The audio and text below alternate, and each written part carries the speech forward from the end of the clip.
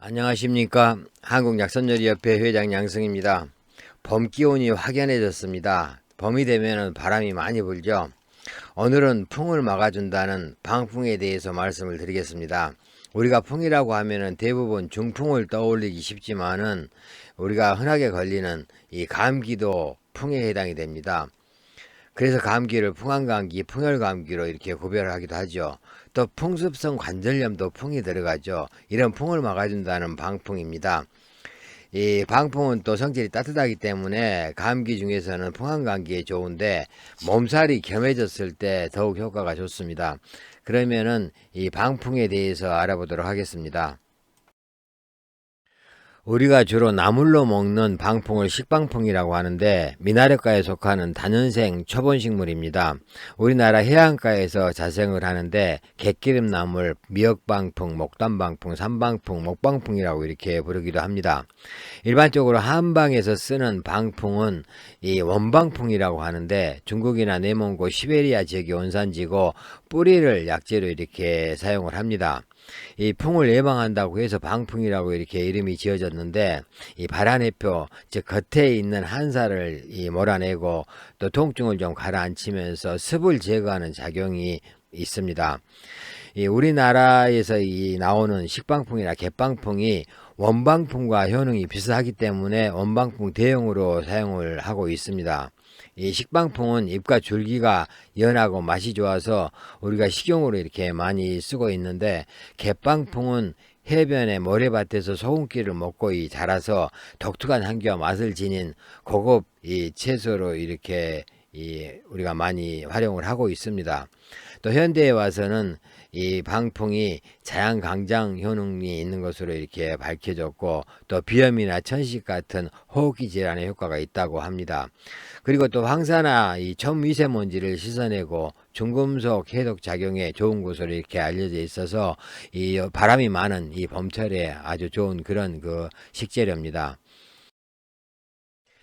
우리나라에서 방풍을 식용한 지는 꽤 오랜 역사를 가지고 있습니다. 방풍나물은 예로부터 바닷가 사람들이 나문채나 함초, 수송나물 등과 함께 구황식물로 사용을 해 왔었습니다.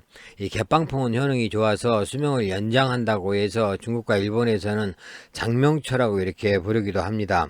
이 방풍은 해풍 속에서 자란 것이 더 풍미가 있고 맛도 좋다고 합니다. 제주도에서는 이 모래땅 방풍을 모살방풍이라고 부르고 평지 바위틈에서 이렇게 나는 것을 빌레방풍이라고 불렀습니다. 이 방풍나물은 식방풍과 해방풍의 어린 잎과 줄기를 주로 사용을 하는데 특유의 쌈싸름하면서도 이 달콤한 맛이 있고 향이 좋아서 식재료로 넓게 활용되고 있습니다. 뿌리는 약재료 또는 차 재료로 많이 사용을 합니다. 이 방풍나물은 4월에 나는 어린 순을 채취해서 식용하는 것이 가장 맛이 좋고 또 따뜻한 성질을 가지고 있어서 생선이나 조개 등 해산물과 같이 이렇게 먹으면 궁합이 잘 맞다고 합니다. 이 방풍잎은 나물이나 쌈, 겉절이, 장아찌, 무침, 튀김, 죽, 효소, 샐러드, 국, 면 등 다양하게 지금은 활용을 하고 있습니다. 우리나라 문헌 속에 나오는 방풍에 관한 내용을 한번 보겠습니다. 이 세종실록 지리지에는 이 충청도, 경상도, 전라도, 강원도, 평안도, 함경도의 진상 토산물로 기록되고 있습니다. 또 1433년 향학 집성방에 의하면은 방풍의 배합 사례를 이렇게 기록하고 있는데 택사와 고번을 섞었으면은 풍증을 잘 낫게 하고 당기, 백작약, 양기석, 우열함과 섞어서 쓰면 풍사에 의한 질병을 치료한다. 반면에 건강, 여로, 백념과 함께 사용하면 약효가 변하고 부작용이 우려되기 때문에 배합해서 사용하지 않는다라고 기록을 하고 있습니다. 여기서 말하는 방풍은 원방풍을 이야기하는데 이 이파리나 줄기는 쓰지 않고 뿌리만 쓰는 중국에서 온 방풍을 이야기합니다. 따라서 우리가 크게 신경을 쓰지 않으셔도 될 것 같습니다. 그리고 또 방풍은 16세기 허성의 문집에도 나오고 1610년 허균의 동의보감에도 나옵니다. 허균의 도문대작에서는 방풍 죽은 강릉의 방풍으로 한 것이 제일 좋으며 그 단맛과 향기는 3일이 지나도 없어지지 않는다라고 이렇게 기록을 하고 있습니다. 또 18세기 상림경제나 해동농소, 임원경제지 등에는 방풍의 기록이 이렇게 있는데 갯방풍으로 만든 기정떡은 달콤하고 부드러워 먹기가 좋다라고 이렇게 했습니다. 이 방풍 종류를 한번 보겠습니다. 이제 원방풍이 있고 해방풍이 있고 그 다음에 식방풍이 있는데, 원방풍은 이제 잎이나 줄기는 쓰지 않고 이 뿌리를 약재로 사용하는 그런 방풍인데 중국에서 온 방풍을 원방풍이라고 합니다. 그 다음에 우리가 이제 주로 사용하는 이 방풍이 해방풍하고 식방풍이 있는데, 이 해방풍은 바닷가 모래밭에서 나는 그런 방풍을 이제 해방풍이라 그러고 이 갯방풍이라고 이렇게 부르기도 합니다. 그 다음에 우리가 흔히 제일 많이 이렇게 마트 같은 데서 구입할 수 있는 게 식방풍입니다. 우리가 이제 나물로 많이 무쳐 먹는 건데 이 갯그름 나물이라고 이렇게 부르기도 합니다. 앞에서 설명드린 대로 이 원방풍하고 해방풍, 식방풍 이 나름대로의 특징하고 효능입니다. 효능은 거의 비슷합니다. 따라서 여러분들이 필요하신 분들은 자세히 읽어보시기 바라겠습니다.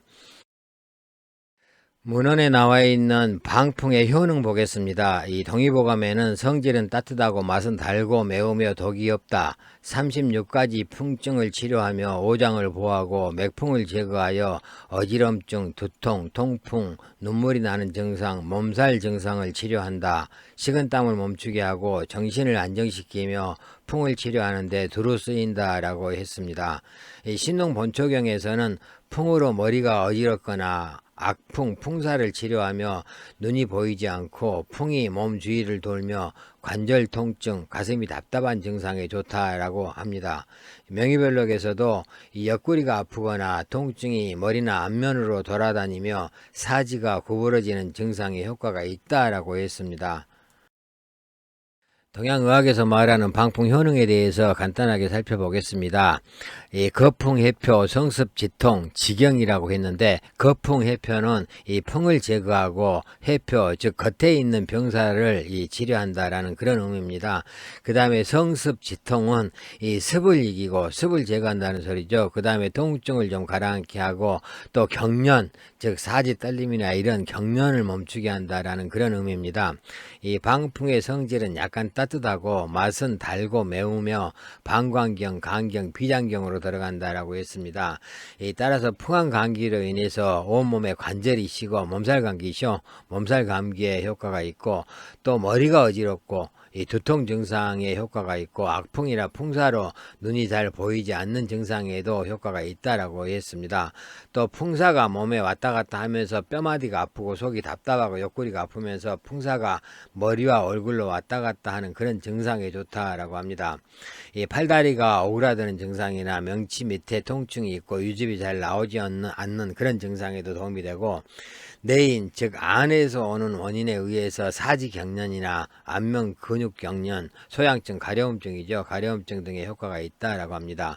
그리고 또 풍으로 인해서 눈이 충혈되고 눈물이 나오면서 몸과 사지가 무거운 그런 증상에도 도움이 되고, 또 정신을 안정시켜주고 마음을 편안하게 해서 기와 혈맥을 고르게 한다라고 합니다. 현대 영양학에서 말하는 방풍나물 효능도 보겠습니다. 방풍나물에는 칼륨이 풍부하고 또 칼슘이나 인, 철분 등 무기질이 많이 함유되어 있고, 비타민 B군하고 베타카로틴이 풍부해서 감기, 두통, 발한, 거담 등의 증세에 효능이 있고 시력보호나 눈의 피로해소에 많은 도움이 된다고 합니다. 이것은 동양의학에서 말하는 효능과 별다를 게 없죠. 또 방풍나물에 들어있는 쿠마린 성분은 혈전 형성을 예방하고 혈관을 튼튼하게 해서 중풍 예방에 도움이 되고 항암작용도 강한 것으로 이렇게 알려져 있습니다. 또 단백질과 식이섬유가 풍부하고 유기산과 정유성분 또한 풍부하게 들어있다고 합니다. 특히 뿌리에 많은데 따라서 항균작용이 있고 염증 억제작용이 강하다고 합니다. 또한 황사 등 미세먼지와 중금속 배출에 도움이 되고 해독작용이 있고 또 진통작용도 있어서 근육통에도 효과적이라고 합니다. 그리고 신경성 스트레스를 완화해 주기도 하고 불면증이나 피부질환 치료에도 도움이 된다고 이렇게 합니다. 방풍나물 고르는 법 보겠습니다. 이 방풍나물은 잎이 신선하고 줄기가 길지 않으면서 향기가 강한 것을 고르는 게 좋습니다. 잎의 색은 연한 녹색을 띠는 것이 좋고, 이 방풍나물은 어린 새순이 가장 부드럽고 맛있다고 합니다. 따라서 너무 자라는 것은 피한 것이 좋습니다. 방풍나물 보관법도 보겠습니다. 방풍나물 신선한 것을 이렇게 보관할 때는 물에 적신 키친타올로 방풍나물을 감싼 뒤에 비닐팩에 넣어서 냉장 보관하는 것이 가장 좋습니다. 또 삶은 뒤에 물기를 꼭 짜서 냉동 보관해도 오래 보관할 수가 있습니다. 이 방풍나물을 이렇게 장기간 보관하기 위해서는 말려서 묵나물로 만들거나 아니면은 가루로 이렇게 갈아서 보관하는 방법도 있습니다. 그 외에 또 설탕에 절여서 효소를 만들어 두고 이렇게 사용할 수도 있습니다. 방풍나물 주의사항 보겠습니다. 방풍나물에는 독성이 없다고 동의보감에서 말은 했는데, 이 야생으로 자란 것은 약간의 독성이 있다고 합니다. 따라서 생으로 먹지 않는 것이 좋은데, 이 끓는 물에 살짝 데쳐서 5분에서 10분 정도 찬물에 담가두면 독성이 다 빠지기 때문에 담가두는 게 좋습니다. 그런 다음에 물기를 짜고 요리하는 것이 좋습니다. 그리고 이 방풍나물은 되도록이면 어린 새순이 이렇게 부드럽고 독이 없기 때문에 어린 새순을 채취해서 먹는 것이 좋고, 많이 자란 것을 만약에 과다 섭취하게 되면은 경우에 따라서는 설사나 복통 등의 증상이 발생할 수 있기 때문에 주의하는 것이 좋습니다. 그 다음에 또 데치는 법 간단하게 보면은 이 방풍나물을 채취해서 굵은 줄기는 떼어내고 흐르는 물에 깨끗이 한번 씻은 다음에 통에다가 이 물을 넣고 식초 한 방울 떠뜨린 다음에 그 다음에 한 10분 정도 담가두면은 깨끗이 소독이 되고 좋다고 합니다. 그리고 이제 위에서 말씀드린 대로 소금을 넣은 끓는 물에 1, 2분 데쳐서 찬물에 한 10분 정도 담가뒀다가 물기 짜서 요리하면 되겠습니다.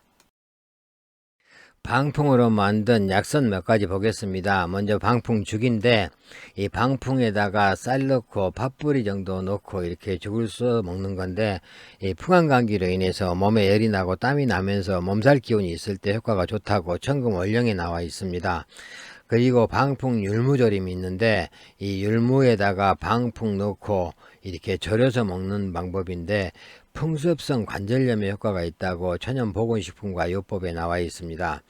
그 다음에 또 방풍 솔잎주인데, 솔잎하고 방풍을 술에 넣고 당금주를 담아서 마시는 방법입니다. 이 관절이 이렇게 편하지 않거나 구안화사가 있을 때 또는 목소리가 잘 나오지 않을 때 이렇게 마시면 도움이 된다고 성제총록에 나와 있습니다. 방풍으로 만들 수 있는 요리들 사진입니다. 먼저 무침 요리들입니다. 뭐 새우 넣고 이렇게 무칠 수도 있고 굴 넣고 무칠 수도 있고, 저는 오징어를 넣고 많이 무칩니다. 방풍 잎을 이용해서 이렇게 장아찌를 담아서 먹기도 합니다. 또 방풍으로 전도 만들어 먹고 아니면은 죽도 끓여 먹습니다. 방풍잎으로 국도 끓이고 된장국 같은 것도 끓여 먹고, 또 이렇게 쌀가루 묻혀 가지고 이렇게 부각 형태로 이렇게 튀겨 먹기도 합니다. 방풍으로 이렇게 만든 상품들도 많이 출시되고 있습니다. 방풍차가 대표적이고, 그 다음에 방풍 막걸리도 나오고 있습니다. 방풍에 대해서 말씀을 드렸습니다. 봄이 되면은 바람이 많은 그런 계절입니다. 여러분들 이번 봄에는 꼭 방풍 한번 드시고 이렇게 넘어가시기 바라겠습니다. 감사합니다.